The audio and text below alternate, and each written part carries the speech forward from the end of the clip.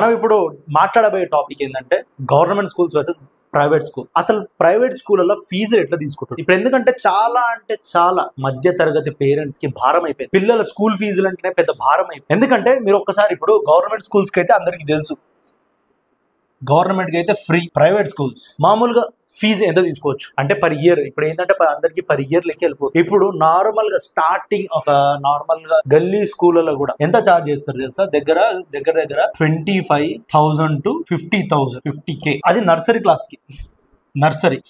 Nursery class కి from starting onwards 25K to 50K from గల్లీ స్కూళ్ళలో. అది కూడా గల్లీ స్కూళ్ళలో ఇట్లా తీసుకుంటారు ఇంత ఫీజు. తర్వాత బుక్స్ ఫీజు అని, తర్వాత ఎగ్జామ్ ఫీజు అని, తర్వాత డ్రెస్. బుక్స్ అనేసి 6,000 ఇస్తారు, ఎగ్జామ్ ఫీజు వచ్చేసి కూడా ఒక 5,000 ఇస్తారు, తర్వాత డ్రెస్ వచ్చేసి కూడా ఒక 6,000 ఇస్తారు. అంటే మొత్తం ఎంత పోతుందో నెల చూసుకుంటే ఒక మధ్య తరగతి ఒక ఫాదర్ కి ఎట్లుంటది ఒక్క నిమిషం